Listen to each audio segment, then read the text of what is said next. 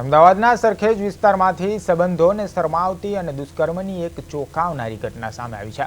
સરખેજ પોલીસે યુવતીને લગ્નની ખોટી લાલચ આપી ગર્ભવતી બનાવનાર નરાધમ આરોપી વિજય બાવળિયાની ધરપકડ કરી લીધી છે।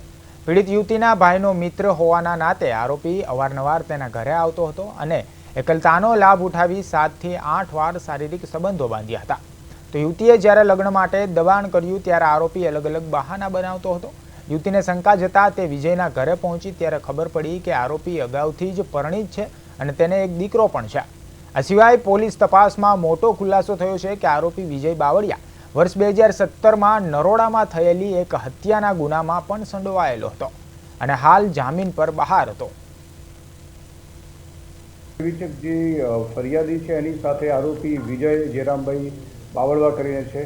એણે પહેલા લગ્નની લાલચ આપેલી અને પછી એની સાથે દુષ્કર્મ કરતા 4 માસનો ગર્ભ રહી ગયેલો અને ત્યારબાદ એને ફરી જતા આ કામે ગુનો દાખલ થયો છે અને જે આરોપી છે એની સરખેજ પોલીસે ધરપકડ કરેલી છે ને આગળ